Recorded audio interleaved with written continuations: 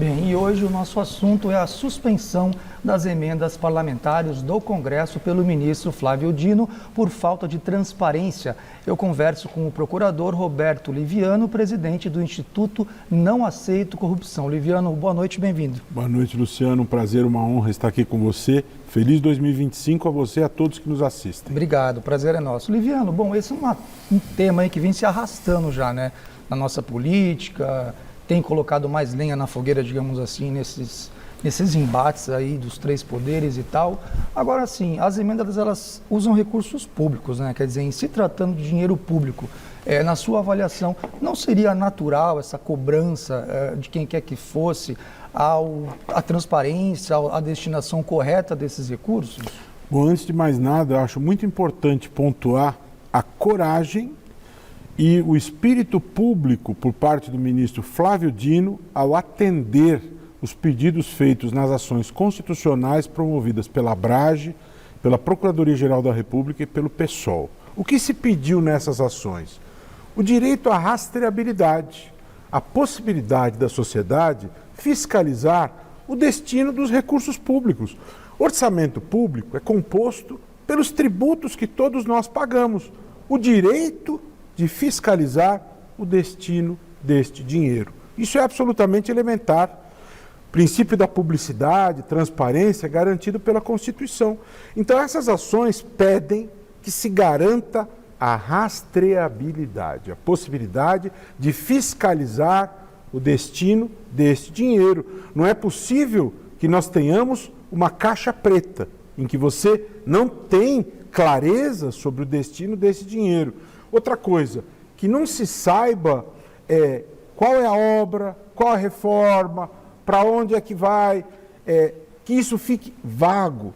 Outra coisa, que não tenhamos uma necessária vinculação entre o deputado, o senador e o respectivo Estado, a respectiva unidade da federação. Sim. Tudo isso estava totalmente desconjuntado, bagunçado, avacalhado.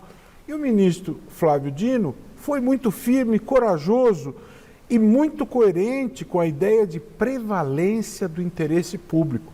No lance mais recente, Luciano, o Instituto Não Aceito Corrupção, no dia 9 de dezembro, Dia Internacional de Combate à Corrupção, na condição de amicus curiae, nessa ADPF 854, que foi promovida pela Abrage, Associação Brasileira de Jornalismo Investigativo, requereu que viessem a público as atas das comissões em que foram deliberadas estas emendas parlamentares. É muito plausível isso. Sim. Já que nós temos as emendas parlamentares, as deliberações, onde estão as atas?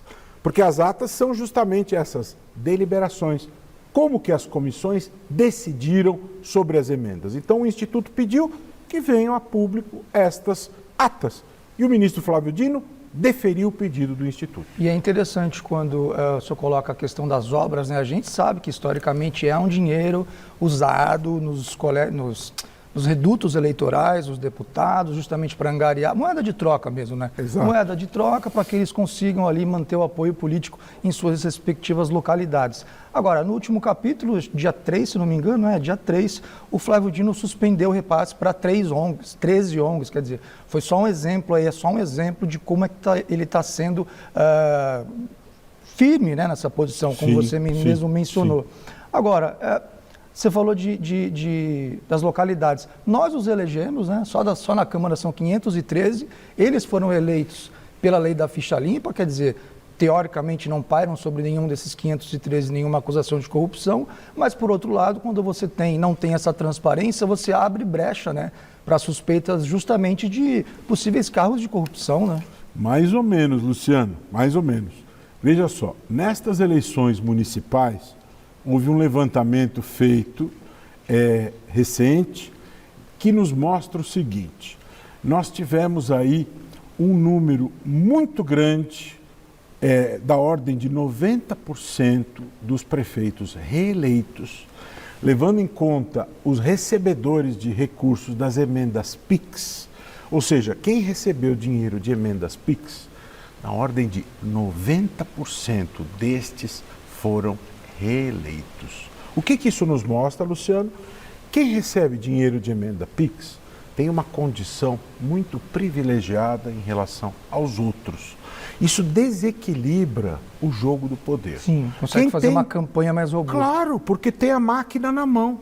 Quem tem dinheiro de emenda PIX se reelege. Aliás, a taxa de reeleição foi a maior da história em eleições municipais, foi 81%.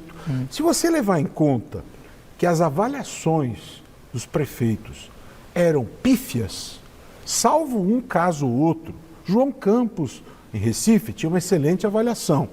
O JHC, o prefeito de Maceió, tinha uma altíssima avaliação. Estes foram reeleitos, são casos excepcionais. Agora, fora esses casos de Maceió e de Recife, em geral, os prefeitos não tinham extraordinárias avaliações.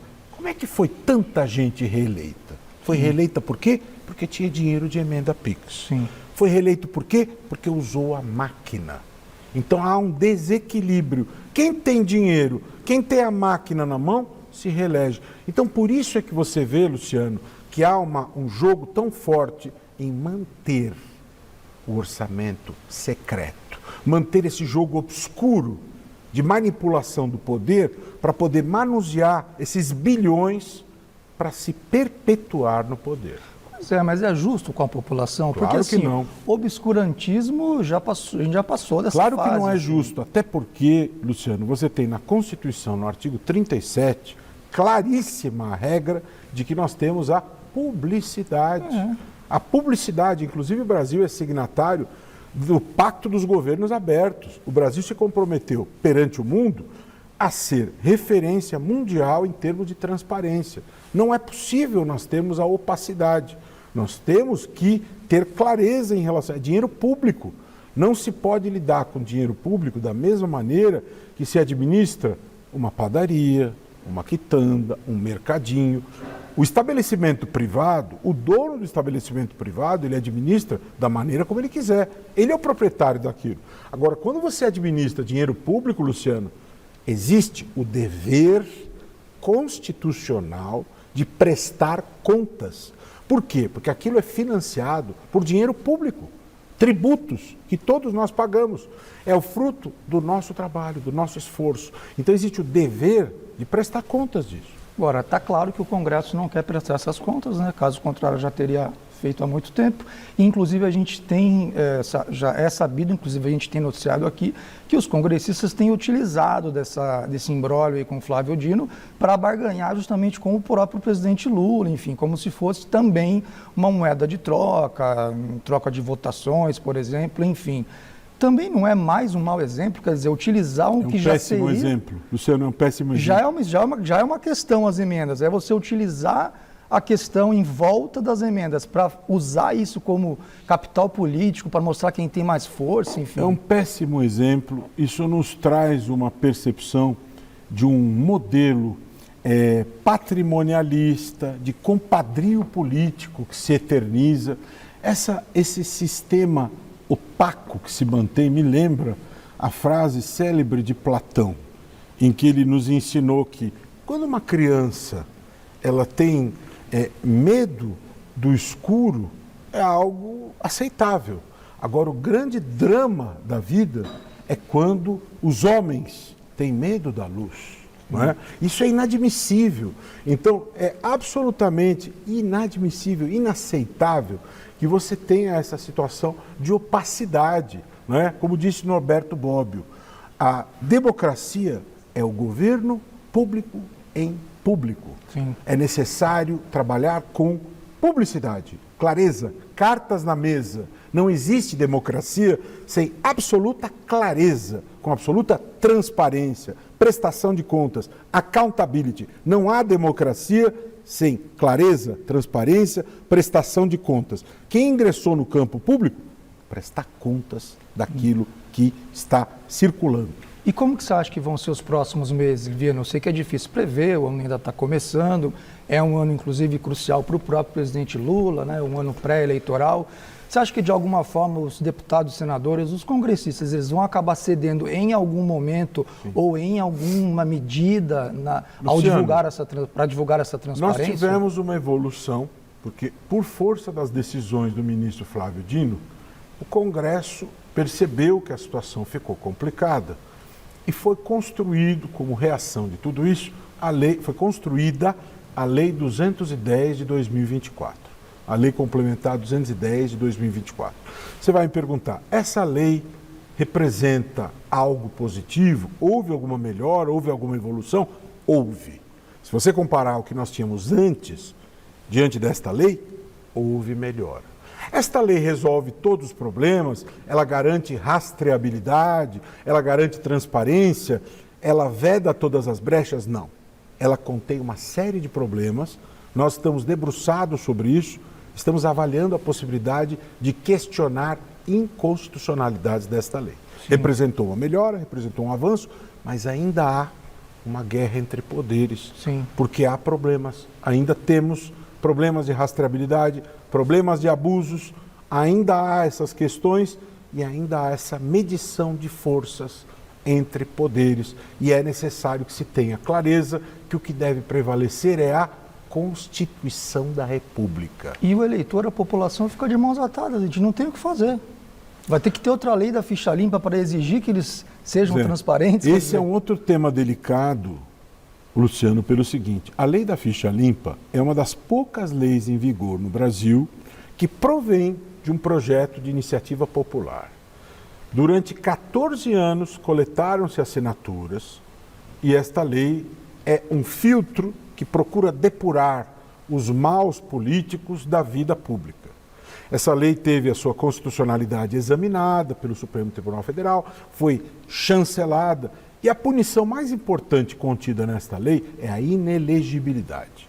No entanto, é importante se saber que, mediante urgência de votação, que é um expediente que enfraquece a democracia, já foi aprovado na Câmara o desmonte da lei da ficha limpa, já foi aprovado no Senado em várias etapas o desmonte da lei da ficha limpa e falta apenas a votação em plenário do Senado para que a lei da ficha limpa seja muito enfraquecida. Estão esperando o momento oportuno, não fizeram isso antes das eleições para que não houvesse um preço político nas urnas.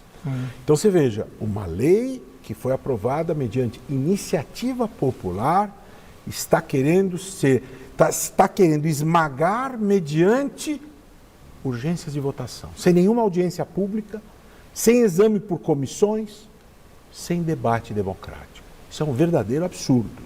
Absurdo. A gente vai seguir acompanhando, Liviano. Muito obrigado, pela sua entrevista. Conversei aqui com o Roberto Liviano, que é procurador e também presidente do Instituto Não Aceito Corrupção, falando sobre as emendas, também um pouquinho aí de como é que deve ser esse ano, nesse embate aí, Congresso, com os outros poderes. Liviano, obrigado mais uma vez, boa noite. Uma honra falar com vocês. Se quiserem continuar o debate, Roberto Liviano Oficial, lá no Instagram. Não Aceito Corrupção. Um ótimo ano para todos. Até a próxima. Obrigado, Luciano. Obrigado, Liviano. Voltamos com vocês, Luciano e Larte.